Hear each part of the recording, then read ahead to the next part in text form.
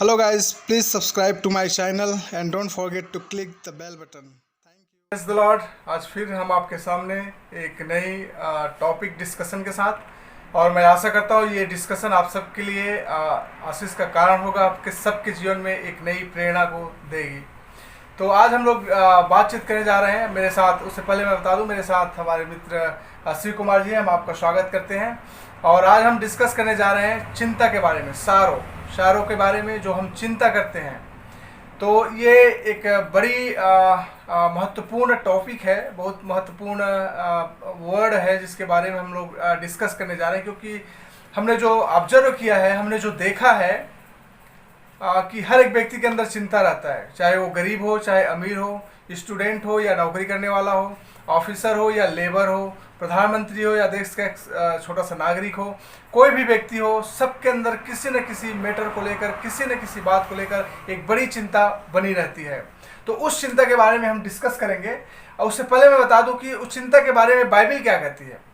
Bible हमें एक word बताती है। बाइबिल कहती है कि परमेश्वर का वचन कहता है, यूहन्ना का किताब उसका 14 अध्याय में कहता है कि तेरा मन व्याकुल न हो, परंतु परमेश्वर पर भरोसा रख। तो परिस्थितियां जब खराब हो जाती हैं, कोई भी परिस्थिति हमारी लाइफ में अगर बेकार हो जाता है, ऑटोमेटिकली हमारे अंदर एक चिंता आ जाता है। जैसे कि उदाहरण के लिए अभी देखते हैं, पूरे दुनिया में ये जो कोरोना वायरस है ये फैला हुआ है।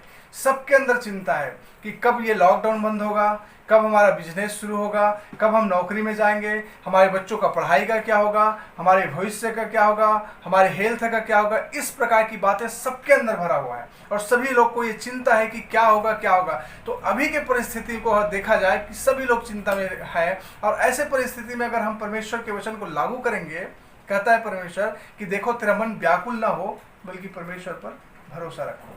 तो ये वर्ड हमें जो सामर्थ्य देता है, इसके बारे में आपका क्या कहना है? आपको क्या लगता है जब कोई ऐसा व्यक्ति कहता है, जब आप तकलीफ में हो और कोई आके आपको कहता है कि आप चिंता मत करो, सब कुछ ठीक हो जाएगा, तो क्या फील होगा आपको? हाँ बिल्कुल, आपका ये जो बहुत अच्छा मतलब आपने डिस्कस किया है, इसके बारे में तो मैं यही कुछ आपके समक्ष अपनी बात रखना चाहूँगा कि चिंता जो है, चिंता नहीं करनी चाहिए।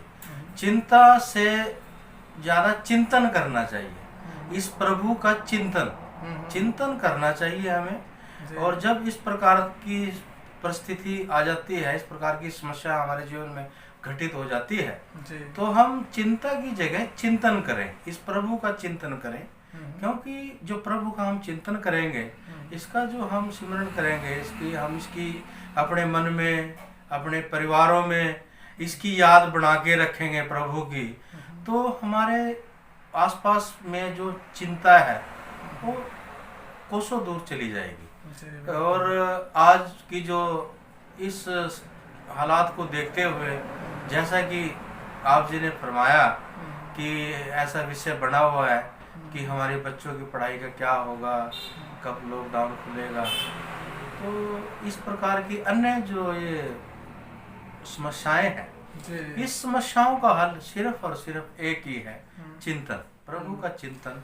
हम इसका चिंतन करें, प्रभु को अपने मन में बसा के रखें, इसकी स्तुति करें, अपने घरों में बैठकर इस प्रभु परमेश्वर को याद करें, तो ये चिंता हमारे से कोसों दूर चली जाएगी। क्योंकि चिंता जो है, चिंता प्रभु के चिंतन करने से दूर चली जाएगी।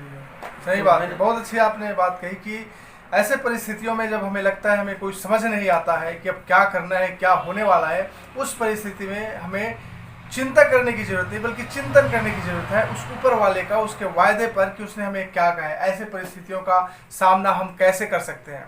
तो दोस्तों, हम आपको बताना चाहते हैं, जैसे कि श्री कुमार जी ने बताया कि जब कभी भी लाइफ में अगर तकलीफ हो, दुख हो, बीमारी हो, समस्या हो, और ऐसे जगहों पर आकर रुक जाए जहां आपको कुछ समझ में ना आए, आपको चारों तरफ अंधेरा ही अंधेरा दिखाई दे, तो वैसे परिस्थिति में आप क्या करोगे?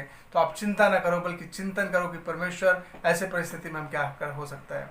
और परमेश्वर का वचन बताता है कि दोस्तों, कहता है कि व्याकुल ना हो, तेरा मन व्याकुल ना हो, बल्कि परमेश्वर पर भरोसा रखो। दोस्तों कई बार लाइफ में हमारे ऐसी परिस्थितियां आती है जहां हमें कुछ समझ में नहीं आता। तो ऐसी परिस्थितियों का सामना हम अपने सामर्थ्य से नहीं, अपनी बुद्धि से नहीं, अपने ज्ञान से नहीं, बल्कि परमेश्वर पर भरोसा रखने के द्वारा ही हम ऐसे परिस्थितियों से पार हो सकते हैं, ऐसे परिस्थितियों का सामना कर सकते हैं। तो इस मैसेज में हम आपको बताना चाहते हैं कि लाइफ में हम सबके पास चिंता है, किसी न किसी बात को लेकर वरीज है, चिंता है। हम बहुत सारे बातों को लेकर चिंता करते हैं और वरी करते हैं। लेकिन आज हम आपको बताना चाहते हैं कि अगर आपके लाइफ में ऐसा कभी आ जाता है परिस्थिति, तो आपको चिंता करने की जरूरत नहीं है, बल्कि परमेश्वर पर भरोसा रखने की जरूरत है। आपको चिंतन करने की जरूरत है कि परमेश्वर ने क्या कहा है, परमेश्वर की वायदे क्या है, परमेश्वर क्या कर सकता है इस परिस्थितियों में। क्योंकि जहाँ मनुष्य लोग सोचना बंद कर देते हैं, जहाँ हमारा कार्य सोचने से लिमिट हो जाता है, वहाँ परमेश्वर का कार्य होना शुरू होता है। क्योंकि परमेश्वर अनलिमिटेड है, वो उसके लिए कुछ भी इम्पॉसिबल नहीं है, सारा कुछ उसके लिए पॉसिबल है। वो इम्पॉसिबल चीज़ उसके लिए कुछ भी है नहीं, सारी चीज़ों को पॉसिबल करने वाला परमेश्वर है।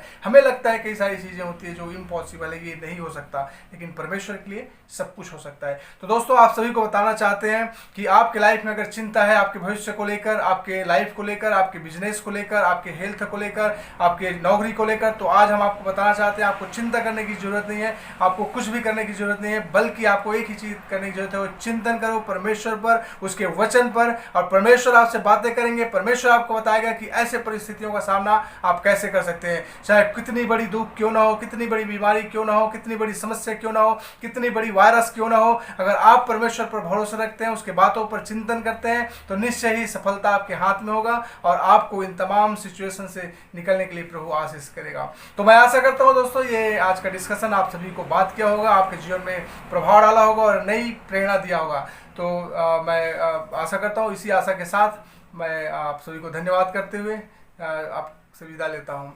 So thank you so much, God bless.